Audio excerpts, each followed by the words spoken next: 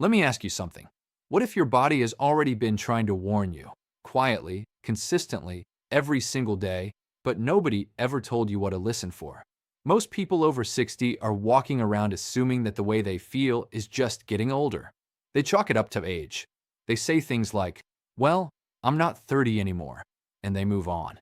But here's what's actually happening that almost nobody talks about. The body doesn't just break down without warning. It sends signals. Small ones. Easy to miss if you don't know what you're looking for. And in most cases, these signals show up weeks, sometimes months, before something serious develops. The problem isn't that the body stops communicating. The problem is that we were never taught how to listen. Today, that changes. Because in this video, I'm going to walk you through the specific quiet signals that the body sends after 60, what they actually mean, and most importantly, what you can do right now to respond before a small issue becomes a big one. Stay with me through the entire video because the signal I'm going to share about halfway through is the one that most people dismiss as completely normal, and doctors themselves say it's among the most overlooked warning signs in adults over 60. You don't want to miss that. Let's start with something that's going to reframe the way you think about your health entirely. For most of our lives, we've been trained to respond to loud, obvious symptoms. Chest pain, a high fever, severe dizziness. These are the things that get us into a doctor's office fast. And they should. But the science of preventive medicine has been telling us something different for years now. The most dangerous health shifts in people over 60 are rarely loud. They're quiet. They're gradual. And because they develop slowly, we rationalize them. We explain them away. We adapt to them without realizing we're adapting at all. Think about it this way. Imagine a small leak in your roof. On day 1, it's barely a drip. You don't notice it. On day 15, there's a small water stain on the ceiling. You think, I'll get to that. By month 3, there's mold in the walls and structural damage. The leak didn't become dangerous overnight. It became dangerous because it was ignored when it was manageable. Your body works the same way. And after 60, the speed at which small signals can turn into serious problems accelerates in ways that most people are genuinely not prepared for. This isn't meant to scare you. This is meant to empower you. Because the moment you understand what to look for, you have a real window to intervene early. And early intervention, according to decades of research in geriatric medicine, is the single most powerful tool you have for protecting your health and your quality of life after 60. So let's get into the actual signals. And I want you to think carefully as I walk through these, because there's a good chance you or someone you love has experienced at least one of them recently. The first quiet signal is something researchers call unexplained fatigue that doesn't respond to rest. Now, tiredness after physical activity makes perfect sense at any age. That's normal. What we're talking about here is a different kind of tired. A heaviness that's there when you wake up. A fatigue that sits in the background even on days when you've slept reasonably well. A kind of low-energy state that feels like your battery just doesn't fully charge anymore. Most people over 60 describe this exact feeling and immediately connect it to age. I'm just getting older. But here's what the research actually says. Persistent, unexplained fatigue in adults over 60 is associated with a wide range of developing conditions, including early-stage anemia, thyroid dysfunction, blood sugar irregularities, cardiovascular strain, and even the early stages of certain inflammatory conditions. A study published in the Journal of the American Geriatric Society found that adults over 60 who reported persistent low-grade fatigue, the kind that wasn't explained by activity or sleep disruption, were significantly more likely to be diagnosed with a previously undetected chronic condition within the following 18 months. 18 months. That's a year and a half of the body quietly saying something is off before anything gets caught. The reason this matters so much is that each of these underlying conditions, thyroid issues, anemia, blood sugar problems, they are all highly manageable when caught early. The thyroid, for example, is one of the most underdiagnosed issues in people over 60, particularly in women, but increasingly in men as well. The thyroid gland regulates your metabolism, your energy levels, your temperature, your mood, and even your cognitive sharpness. When it starts to underperform, a condition called hypothyroidism, the symptoms come on so gradually that most people adapt to them without realizing anything is changing. You feel a little more tired, a little colder than usual. Your thinking feels slightly slower. Your weight creeps up even though your diet hasn't changed much. None of these things, on their own, feel like a medical emergency. Together, they are your body speaking as clearly as it knows how. Now here's the part I want you to really think about. The solution to this particular signal is so simple, it almost seems too easy. It's a blood panel. A basic thyroid function test, the TSH test, costs almost nothing if you have insurance, and it takes about 5 minutes. Yet the majority of adults over 60 have never had one done specifically to check thyroid function. If you haven't had yours checked in the last year, that's something worth bringing up at your next appointment. Write it down right now if you need to. TSH test. That one conversation with your doctor could change your next 5 years significantly. Let's move into the second quiet signal, and this one is going to surprise a lot of people. Changes in grip strength. I know what you're thinking. Grip strength sounds like something athletes worry about.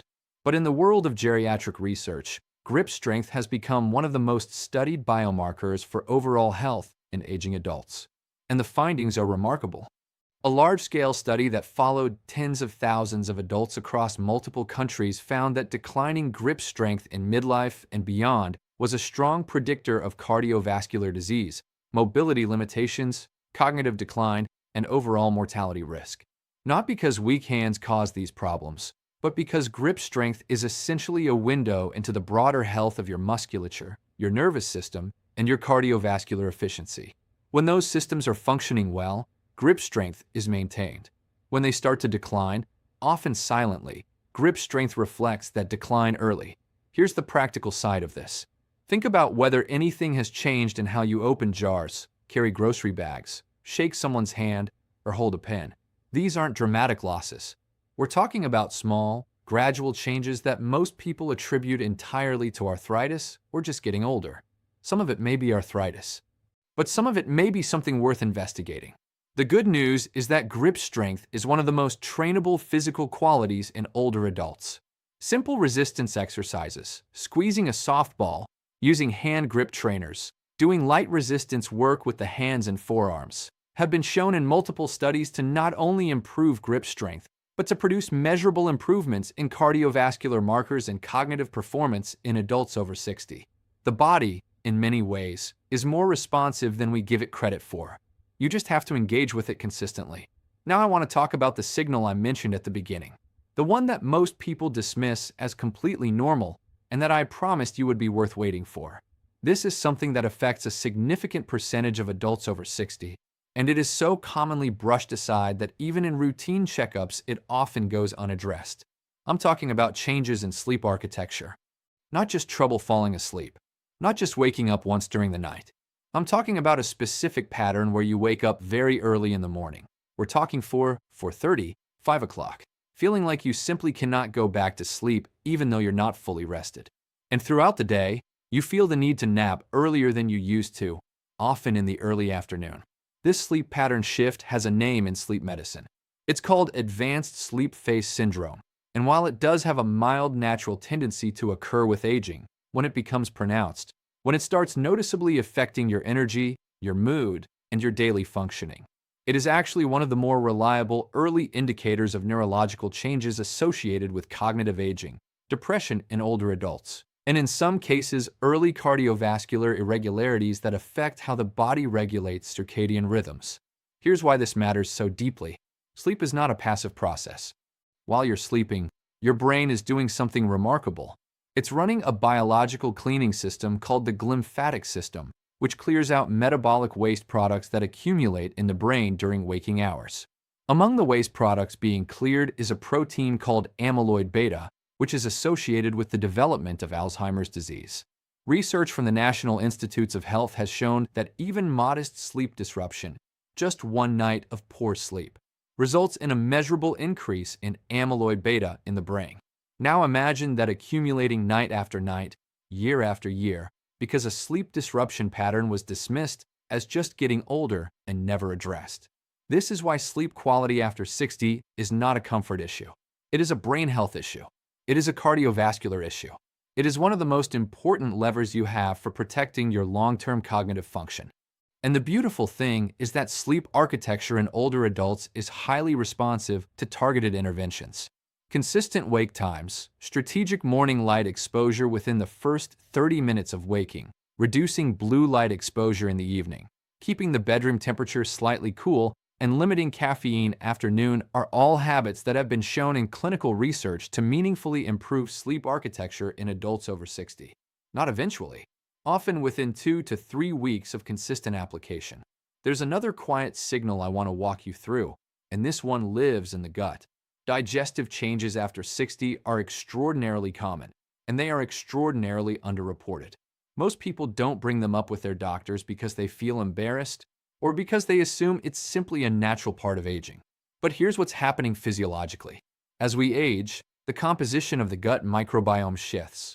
The diversity of beneficial bacteria tends to decline.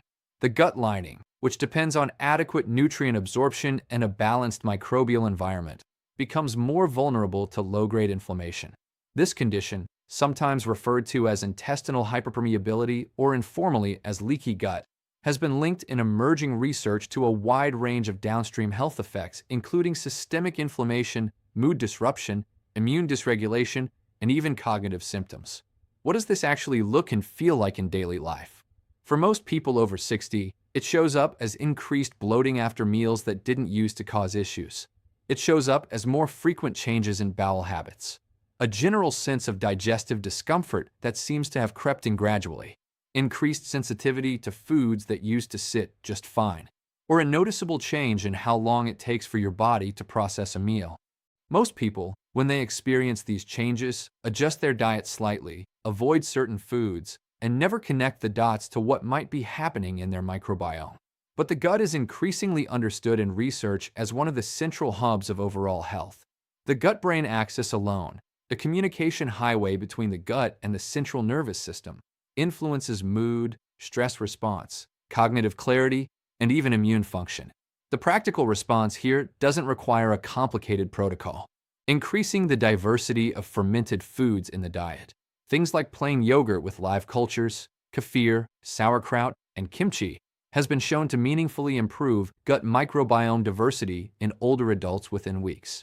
Prioritizing prebiotic foods, the fiber-rich foods that feed beneficial bacteria, like garlic, onions, oats, bananas, and asparagus, supports the growth of protective microbial communities. And reducing ultra-processed food consumption, which is particularly disruptive to gut bacterial balance, makes a measurable difference even when the reduction is gradual rather than overnight. Small, consistent dietary adjustments, made with intention, compound over time in ways that genuinely protect your long-term health. Let's talk about one more signal before I bring everything together.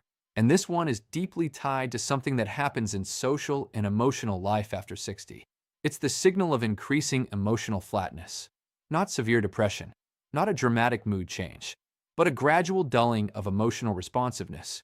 Things that used to bring you genuine joy, a grandchild's laugh, a good meal, a beautiful morning, a favorite hobby, start to feel slightly less bright. You notice you're less motivated to make plans, less interested in reaching out to people, a general muting of the emotional range that used to feel natural. Most people dismiss this entirely because they're still functioning. They're still showing up to life. They're not in crisis. But in geriatric mental health research, this pattern of emotional blunting has a clinical name, anhedonia, and when it appears in adults over 60, it is one of the most commonly missed presentations of late-onset depression, which itself is one of the most underdiagnosed and undertreated conditions in older Americans. The statistics here are sobering. Studies from the National Institute of Mental Health estimate that roughly 7 million Americans over 65 are affected by late-life depression, and yet the vast majority receive no treatment for it. Part of the reason is that older adults are less likely to identify emotional changes as a health issue. Part of it is stigma. Part of it is that late-life depression often presents differently than it does in younger adults, more as fatigue, physical complaints, and cognitive sluggishness than as obvious sadness. And this matters profoundly because untreated depression in older adults is associated with accelerated cognitive decline, increased cardiovascular risk, weakened immune function, and significantly reduced quality of life. The interventions that work, and they do work with remarkable effectiveness, include structured social engagement, consistent aerobic exercise, which has been shown in multiple trials to be as effective as antidepressant medication in mild to moderate depression, sufficient daylight exposure, therapy, and in some cases medication. But none of these interventions can happen if the signal is never recognized. The first step is simply naming what you're noticing, talking to someone, bringing it to a doctor without minimizing it. I just feel a little flat lately. Things don't seem as bright as they used to. That sentence could open a conversation that genuinely changes the trajectory of someone's health and happiness. Here's what I want to leave you with as we bring this together. None of the signals we've talked about today are dramatic. That's the entire point. Persistent low-grade fatigue, gradually declining grip strength, shifts in sleep architecture, digestive changes, emotional flatness. Individually, they each sound minor. Together, or even one at a time, they are your body speaking to you in the only language it knows, the language of symptoms, asking you to pay attention before something small becomes something harder to manage. The gift of catching these signals early is enormous. We live in a time when medicine can do extraordinary things for conditions that are caught at the right stage. Thyroid dysfunction, managed early, rarely becomes a serious problem. Cardiovascular risk, caught early through consistent monitoring and lifestyle adjustment, can often be significantly reduced. Gut health, attended to with simple dietary changes, can be meaningfully improved at any age.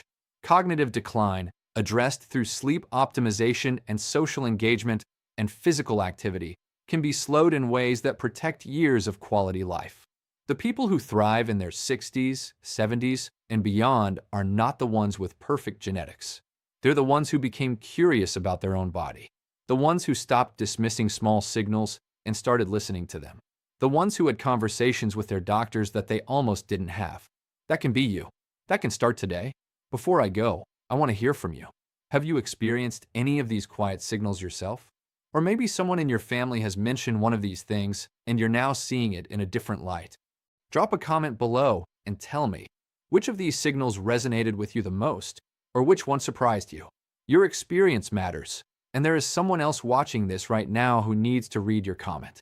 And if you found any of this valuable, please share it with someone over 60 in your life who you think needs to hear it. One share of this video could genuinely help someone catch something early that changes their life. I'll see you in the next one. Sonnet 4.6 Claudes.